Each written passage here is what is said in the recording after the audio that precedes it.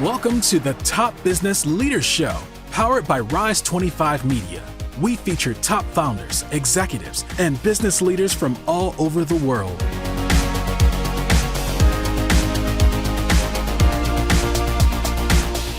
Hello, listeners. I'm BellaVix, co-host of the Top Business Leaders podcast, where we feature CEOs, entrepreneurs, and top leaders in the business world. This episode is brought to you by Rise 25. We help B2B businesses cultivate and reach their dream relationships and connect with more clients, more referrals, and strategic partnerships to get your business return on investment through Done For You podcast. If you have a B2B business and want to build great relationships, there is no better way than to profile the people and companies you admire on your podcast. To learn more, go to rise25.com or email us at support@rise25media.com. Today's guest on the podcast is Will Haire. He is the co-founder of BellaVix, a full-service marketplace marketing agency for direct-to-consumer retail brands who want to aggressively grow sales on the world's largest marketplaces like Amazon and Walmart. Welcome to the podcast, Will. Hey, thanks for having me. I'm excited to be here and to chat a little bit about my journey and kind of what we do as a business. Yeah, super. So let me ask you this question. If you're at a social event, a non-work related social event, and you get introduced to somebody, and after the introduction, they say to you, "Oh, very nice to meet you, Will. What do you do?" How do you answer that question? So it goes a couple ways. I usually tell people I run a marketing agency because that's the easiest way for the layman. My family and friends think I work for Amazon or Walmart. They don't understand the differences. They're just like, I order something from Amazon. I can say I've had my mother call me to complain about her package on Amazon as if I had some magic wand and I can fix whatever issue it is. So for all intents and purposes, and for the layman listening to this podcast, I run a marketing agency. We just happen to focus on marketplaces. Super. So you've worked in sort of e-commerce businesses for quite a while. Yeah. What was the motivation for starting BellaVix? Yeah. So I worked at different agencies for a long time, and I've always been in advertising. I started off as SEO, and it's just a very slow game. And I love SEO, but I'm a guy who has like terrible ADD. So I need things that move around a lot and are very dynamic. And I found that satisfaction with advertising. So I started doing that a little over 10 years, probably closer to 12 years now, but I started doing that a long time ago. And I started working with small businesses. And I really enjoyed the experience. And as I matured in my career, started working with larger agencies and larger brands. And what I found that drove me a little crazy, because I'm somebody who really cares about the experience of working together as it's a true partnership. I'm a steward of the finances you give to me. So it's important that I represent my brands well, and we have good expectations. And more importantly, we have good returns, because you're not going to work with somebody who just spends all your money.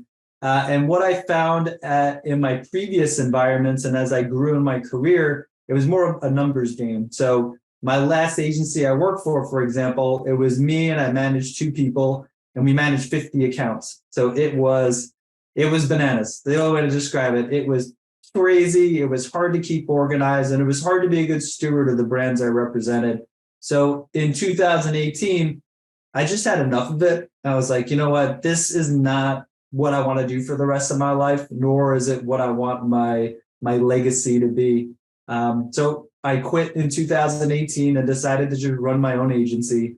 I found my co-founder shortly after quitting, and together we decided to open a marketing agency that's focused on marketplaces, but delivers a very personalized service. And we're able to offer services that cut across operations and advertising. And that's kind of just a story of how we got started and what has been some of my experiences working in the marketing industry for 10 plus years now. Yeah, great story. So let me ask you a question. A lot of people who are working for a company, they're there for a period of time, they get frustrated, they don't like the way things are going. 98% of those people will leave that company and go join another one. Yeah. But you decided to start your own. What was sort of the trigger that said, you know what, I'm going to do this on my own because I think I can do it better by myself? That's a good question. I've always been entrepreneurial. So the original plan was to just fund our own e-commerce business. We wanted to do something in the beauty space. And what I found out, because I always side hustled, I always consulted on the side and made some extra cash, especially around holidays and stuff. It always helped. I decided that in order to fund the e-commerce business, because we didn't want to take on any debt, I would just take on more side hustle. And then I took on so much side hustle, it just became a full-time thing. And my first 10 clients, for example, were people I worked with at different agencies in the past. And when they found out I left and I was doing my own thing, they came out of the woodworks and said, hey, well, what would it be like to work together? And of course, being young and not knowing, my prices were ridiculous compared to the services they were getting. But we learned a lot really quick, and it enabled us to get started, to be able to afford the current lifestyle we were living, and as well as start to hire some employees. So right off the bat, because I did work in agencies, it's all about systemizing things, putting processes in place, then hiring somebody at a third of your cost to actually execute a lot of the concepts. So that's, it was almost innate because I was doing it so long. So unintentionally, it turned into a business. We still aspire to open an e-commerce business, but we're having a lot of fun with what we do now. We get to work with some really cool brands. We've worked with Instapot in the past. We work with Children's Place. We're in their portfolio of companies they work with and across multiple brands. So for a guy like me who has terrible ADD, it's great. It's a very dynamic environment, and I get to work with a lot of people that I enjoy their company, and we overcome challenges together. So it's a really fun lifestyle. Yeah. So it sounds like, it's really a good testimonial that when you leave the agency you were with and you blaze out on your own, some of the people you worked with in the past say, hey, we want to work with you. So that's got to give you confidence. Yeah. But I still want to kind of poke a little bit about what was that first several months like, right? I mean, you leave and it's like, okay, now it's just me, and I got to open the mail. I got to take out the garbage. I got to do everything. So talk about that a little bit. Yeah, the first 2 years are pretty stressful. It's you're doing everything, in the business. Technically, myself and my co-founder, we worked in every single position. So it was, managing accounts. Also, like when you get started, like you don't understand pricing. Also, right. You do your accounting, you do your own bookkeeping, you enroll your own payroll. You're just like, you're an entrepreneur. You're like, I'm being proactive. And one of my business coaches told me later on when we matured a bit, it's your time or your money. And early on, because you don't have a lot of money, it's all your time.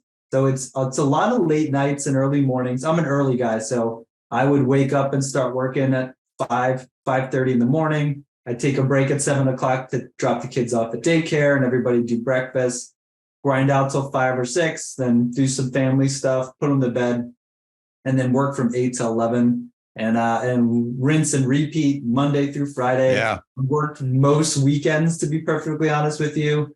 And a lot of it was just not understanding how to delegate properly. Like one thing when you're somewhere where there's an infrastructure, because I was used to project managing, but when you're building that infrastructure from the ground up, and when you're thinking of how can I do it differently, what will be my vision, what will be my mission, and to be honest with you, like we do marketplaces now. We're primarily focused on marketplaces, but when we first got out, that first 6 months to a year, I did social media marketing, I did influencer marketing, I did copywriting, like I did whatever I had to do, and through that process, I learned what I don't want to do anymore, what I'm going to hire out for, and what I enjoy the most. And slowly but surely, because we originally wanted to do e-commerce, we found ourselves kind of shifting in that direction, helping with brands, networking with brands. And then brands would refer us business, and we got better at understanding how to price our services. We could do a lot of marketing and sales, and a lot of the pain points early on was being much too affordable compared to what we aspired to be. So it's definitely an evolution. And I would say a game changer early on. So we spent the first year or two just working in that situation and making like incremental improvements. But I was at a dinner with a couple other agency owners I met through a Slack group, and we were all local. And we were talking about mentorship. And I was getting some support from an entrepreneur organization, an EO mentor that I met through an event. And he was just giving me free advice, and he was giving me some really solid guidance. But, it was spotty, and it wasn't always catered to my needs and where we were as a business. And when I was talking to these other two agency owners, they mentioned that they have coaches. And I was like, that's cool. Is it free? And they're like, no. Like, why would you use a free coach? You need to pay for good services. Would you want free X, Y, and Z? And I'm like, no. And that's when it kind of came to me. So the advice they gave was find somebody who runs an agency that's much larger than yours, and reach out to that person and see if they're interested. And I found Frank Colwell. I think at the time he just sold out of his agency, but they were, 20 million in gross revenue. So like Frank knows a thing or two about running agencies. So I reached out to him and said, hey, would you be interested in taking on another mentor, mentee? And he had 2 under his belt, and he said, sure, I could take on one more. Show me your books. What are you guys up to? And from there, he helped us implement the EOS system, the Entrepreneurial Operating System, which is where we got a lot of our standards and processes in place. And he had me do a ton of reading. But one of the most impactful books was Traction by Gino Wickman, and kind of incorporating a lot of the L10 meetings, the rocks, so on and so forth. And now that we're 5 years in the game, we have department heads that all work towards the vision and mission of BellaVix. So it is quite a journey. And I enjoyed the early stages, but I enjoy these stages much more. I have a better work-life balance, and I'm able to enjoy my kids and my family a little more than I was a few years ago. Yeah, very nice. So I'd like to talk a little bit about coaching. It always struck me as interesting, as almost all athletes, whether they're in an individual sport like golf or team sports, they have coaches. Some of them have multiple coaches to sort of help them and hone their skills. But in business, it's really not a well-used resource. Yeah. And I've always wondered by that. So it sounds like you've had some really great experiences there. And what are some lessons that you could share with our listeners about how to look for a good coach, and what should the relationship be like? Beautiful. That's a great question.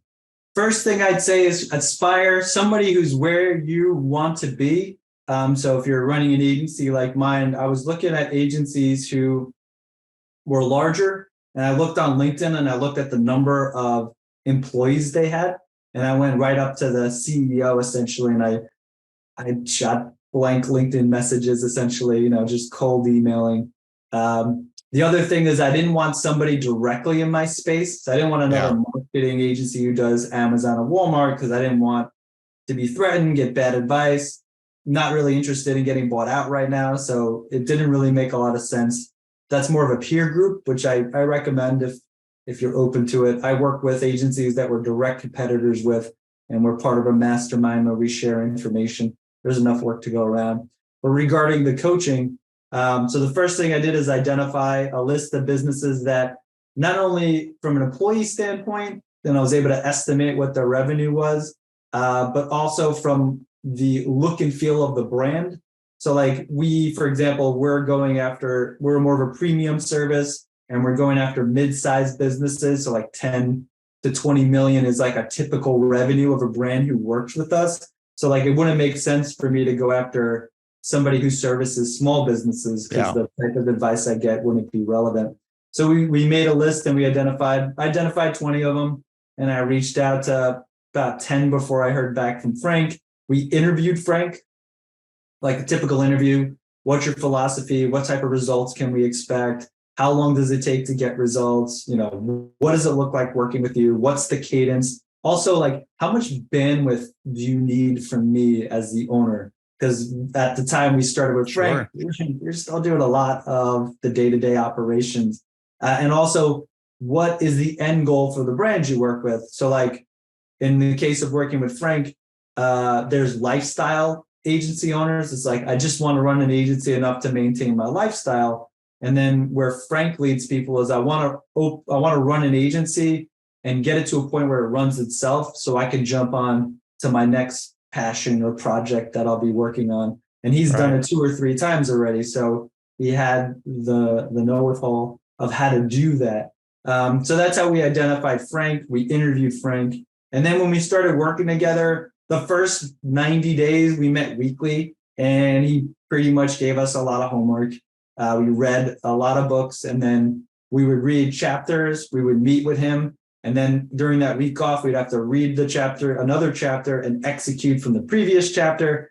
And it was a lot, but a lot of it was essential. Like, we didn't have a clear vision or mission.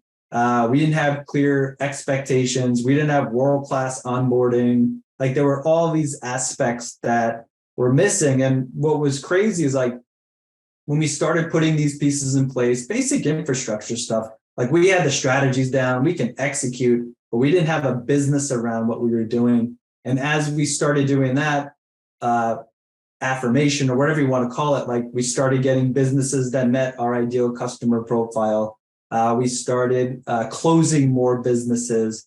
We started to segment things into departments. We started having KPIs based on departments, then based on positions. And we started to get to a point where, the business, I like John Maxwell writes a business leader's book, I think 360-degree leader, but he has a quote in there, "I'm a turtle on a post." And I became the turtle on a post. How does a turtle get on top of a post? He doesn't get there by himself because he's got a big shell. It's the team that lifts him up on top of the post. So a lot of that concept, empowering people. And I still, we're 4 years later working with Frank. I meet with him every 2 weeks now. He flies out once a year to do our annual planning together. And he's been with us since early conception to now. And we haven't needed nor wanted to move off him because we're still getting a lot of value. And as we're hitting these different roadblocks, because it changes as the business matures, we do get some really solid advice, and we're able to execute. And, so far, knock on wood, it's helped us get to the next level. Yeah. It sounds like a great relationship. Yeah. So earlier on, you touched on pricing and how in the beginning, you learned a few things about pricing. Yeah. And I think one of the most challenging things for any entrepreneur who starts a business, whether it be in the services area or whether you're making widgets you're putting in boxes, thinking about pricing, what that means to your customer, how it has to do with positioning and how you position yourself in the marketplace. What have you learned, or what things can you share with our audience about what you learned about pricing? What I learned pretty early on, especially when I got separated from operations. So, it's a maturity thing. And when you're working in the accounts, you're going to charge what you need to charge in order to make payroll. And what you're targeting for is like a net of 20%, give or take, in any service industry.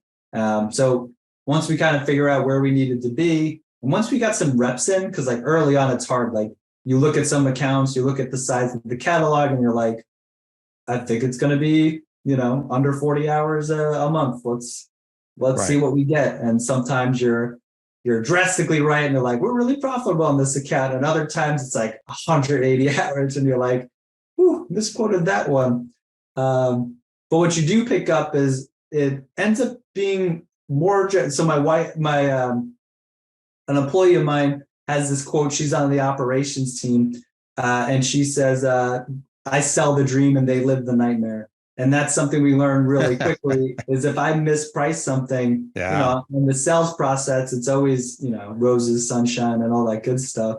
But the operations team has to execute on that vision and what I'm actually selling.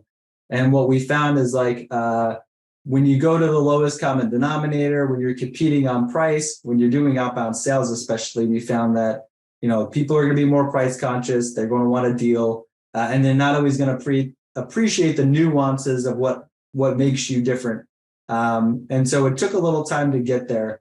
What helps, and what we did, pretty early on with our first set of clients is we realized that our pricing was very flawed and that there was no way we were going to get out of it. And the clients we were working with had a killer deal. We were delivering results. We were doing it for a very affordable rate. And we had to go through and just started by raising prices. And naturally, some of the brands were like, no, we're not down with that. but it wasn't enough. And unfortunately, we had to let some brands go. So we had to have difficult conversations around, this is what our vision is. And unfortunately, we can't service you anymore. But we did transition them or tried to transition them to other agencies that specialize in small business. Once we created that bandwidth and had a better idea of how we should do pricing, the next round of sales and clients we onboarded, we were more aggressive in how we priced items. And a lot of what it comes down to as well as we hit certain capacity, if we know we can handle give or take 25 to 30 clients, as I approach that number, it's easier for me to just raise prices and test the elasticity of the market. And that's what a lot of it is. And we're at a point now where I have a discovery form that people will fill out prior to booking their first sales call with myself or a sales representative on the team.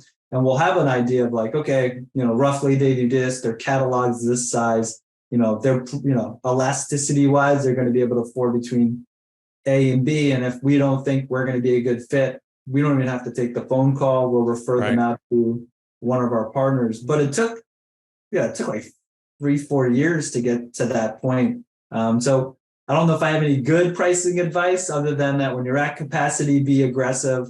Laying off clients and laying off clients was one of the most difficult things I've ever had to do. But it ended up being a blessing because we were able to be more economical and give my employees a better work-life balance. And we do raise prices annually. So generally between 10 to 20%, depending on the size of the catalog. Yeah. And we do that every year. They have inflation, we have inflation, sure, everything goes up. So that's what I can share about pricing. Very nice. Very nice. Excellent advice. So one of the things you do is you help e-commerce companies, or you help companies sell their products on places like Amazon, Walmart, and all these various different marketplaces.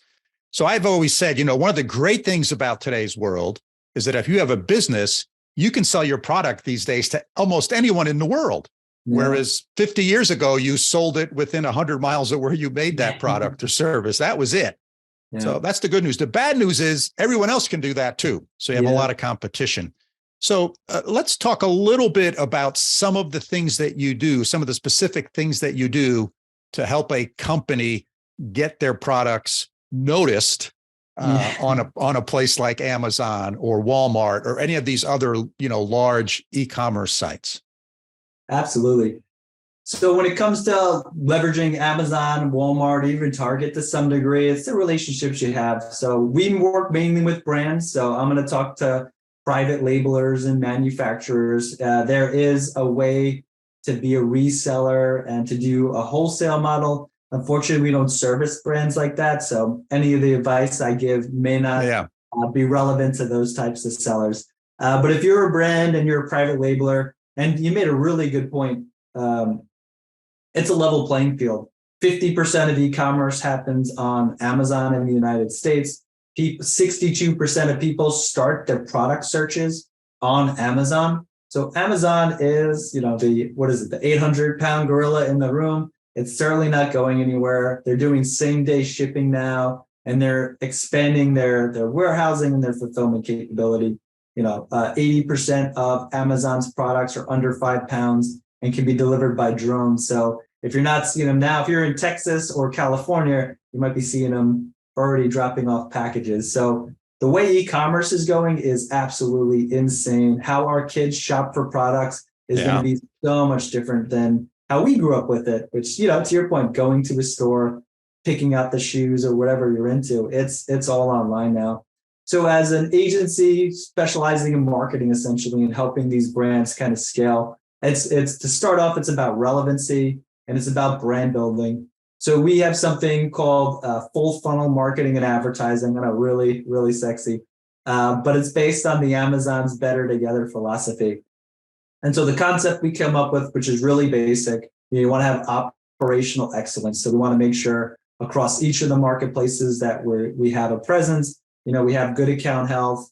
We have accountability with the logistics companies. We're leveraging fulfillment centers when available. So obviously we'd rather do Prime, which is FBA fulfilled by Amazon, or Walmart Fulfillment Services, WFS. But in cases where it doesn't make sense, if you sell large furniture, for example, you're probably going to fulfill that yourself. But you want to leverage, you want to play the algorithm game, and fulfillment is one of those pieces that pertain to that. The other piece is text relevancy. So we want to make sure, my favorite text relevancy is SEO. My favorite SEO joke, and let me know if you've heard this before, but where's the best place to bury a body?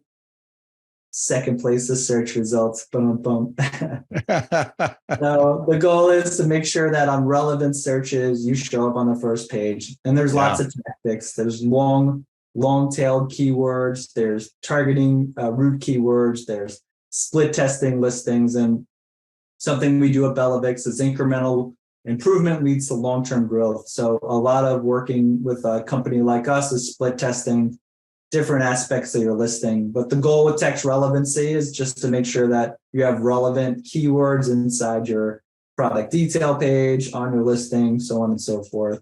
And then the third piece is sales. You want to make sure you have good sales velocity. And then there's all these different other factors that attribute to sales, which is conversion rate on your listing, the number of reviews on your listing, your price point.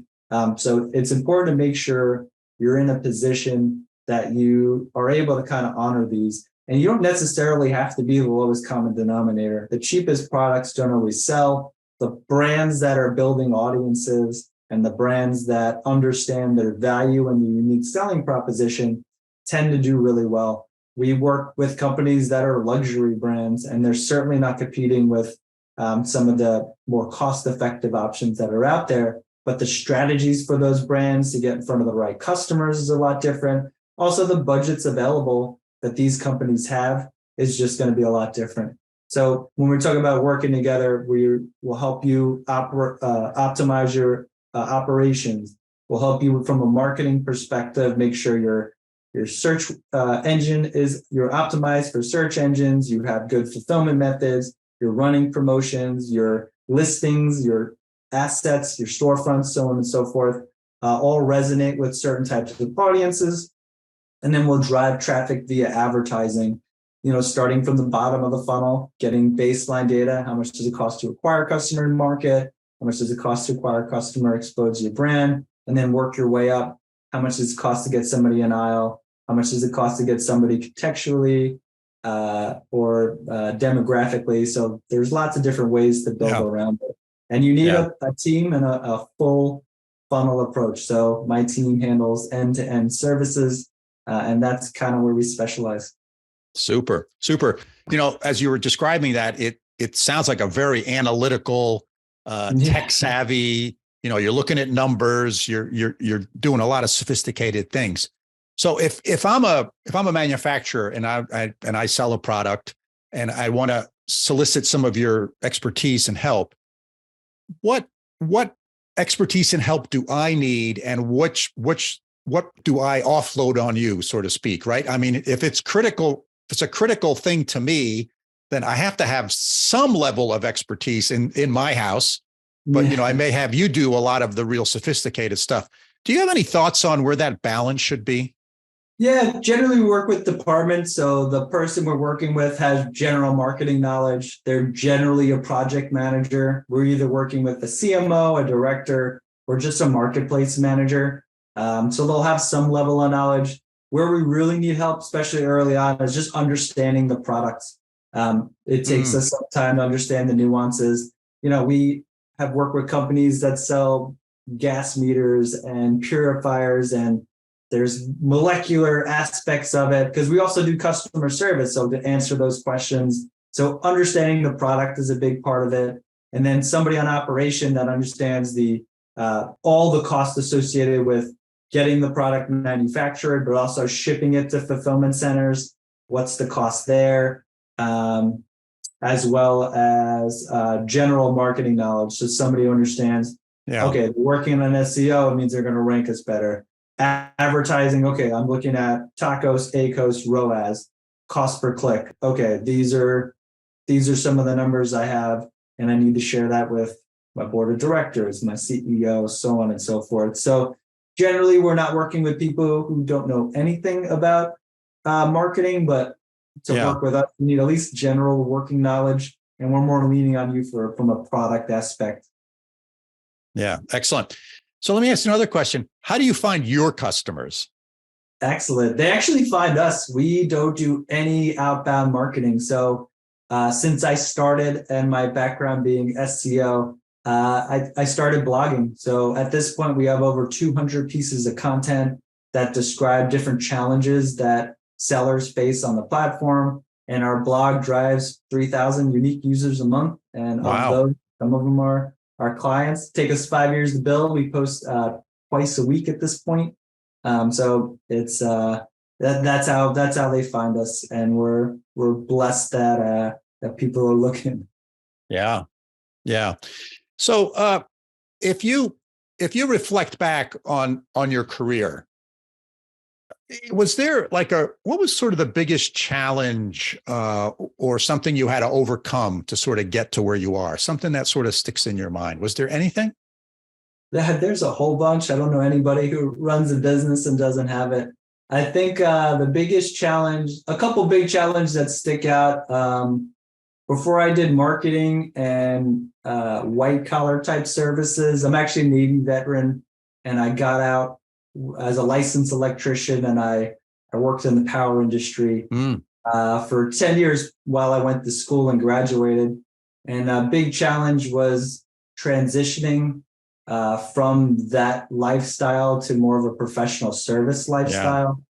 Another big challenge early on in my career, I worked with a lot of startups, and I made mistakes. Like I didn't get things written down in contracts. I took people's word, and I didn't always get honest treatment. And I learned, unfortunately, you have to get things in writing and understand people's intent before you make moves. And then the last piece is, as the CEO of a business now, trusting people is really important, and making sure that you have the right people in the right seats. So I am very emotional. I make decisions based on my gut, and thank God my team doesn't do that.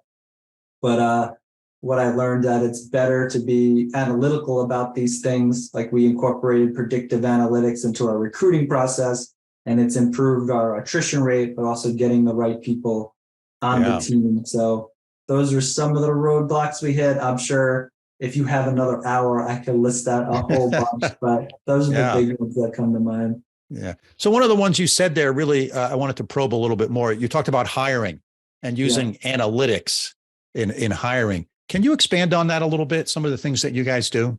Yeah, absolutely. So when we initially started hiring, we went on Upwork, we put things out on LinkedIn, and we got all types of quality candidates. And what we found is that, this is going to be no surprise to you, people lie on their resumes terribly. They actually will come to us and not have any idea what they're doing, but they interview well, they speak well, and they have general knowledge, and we can only go so deep in the interviewing process. And what we learned, we signed up for something called the Culture Index. And the Culture Index essentially took predictive analytics and allowed us to hire based on qualities of people doing the job really well. So when we onboarded on Culture Index, we went through a week course where they kind of just explained what predictive analytics is and how they categorize and different personality types in the culture and satisfaction with their current job role. And then we took that test and we rolled it out to our existing team. And by then we had team members who were with us for a while, and we consider rock stars. So we're like, if we could have, 10 more Catalinas on the team, we would be cruising.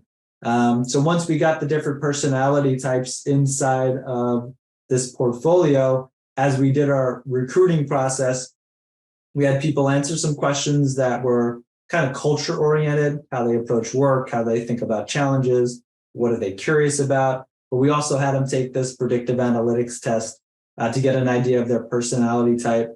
And more often than not, people that we thought would be a good fit based on their resume and based on, just their initial email responses. When we looked at their personality, they just weren't going to be a good fit because they weren't detailed, they weren't organized, and the position called for that. Or, they were detailed and organized, but they weren't creative, and this was a creative position. So it saved us a lot of heartache from just hiring people and having to let them go. Also, the impact that has on your culture and what your existing team thinks as you just have a revolving door around for talent. And since we implemented that, the first year we implemented it, our attrition rate improved by like 50 or 60%. It was crazy. Wow. So we ended up keeping a lot more people with us, and we did a lot less hiring, which was good. It just means we were more efficient. So it works. It was wild. And since then, we're still tweaking the process. I don't think we have it down to a science yet. I don't know if it'll ever be down to a science yet.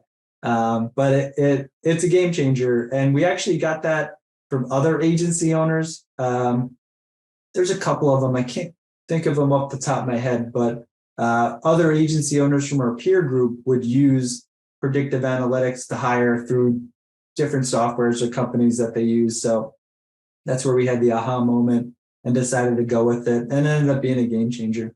Yeah, super. Yeah, lots of times you don't realize how expensive turnover or a bad hire is, right? Yeah. I mean, it's not only financially expensive. I mean, it hits morale. It just hits so many different places that getting that right and fine tuning that and just making it a little bit better can give huge changes in the outcome. Absolutely. Plus, it saves you a bunch of time. Nothing's worse than spending a month with somebody than having to start over. Right. Exactly. So if listeners want to learn more about BellaVix, where do they go? Yeah, definitely. So check us out on our website, BellaVix.com. It has everything about our services. Our blog, as mentioned before, is very popular. So anything from getting started to advanced topics like programmatic advertising, you can find topics there. We have a newsletter that goes out once every 2 weeks, and it talks about the latest news and updates on the website and their impact on sellers. Tends to be a pretty popular list. And you can sign up for that on the website. And then me personally, if you wanted to reach out, Will Haire, hair like on your head with an E. And I can be found on LinkedIn. I post every day and I'm pretty active. So would love to have you. I'd love to be connected with anybody in your audience, and they can certainly reach out with any questions about some of their e-commerce challenges. Sure. That's great. We'll make sure all that information is in the show notes. Now, my last question, is there something that I have not asked you that you'd like to share with the audience? I'm sorry, I don't have anything, Bilal. My apologies. No, that's all right. I think we covered a lot. Yeah. It's okay to say you don't have anything there. So I just want to give people the opportunity. Like, did I miss something? Right? Yeah, covered everything. A heck of an interview. Well, thank you. Thank you very much. Hey, Will, thanks for being on the podcast. You were just a wonderful guest. I really enjoyed our conversation. Excellent. Thank you so much for having me. You betcha. Thanks for listening to the Top Business Leaders Show, powered by Rise 25. Visit rise25.com to check out more episodes of the show and to learn more about how you can start your own podcast.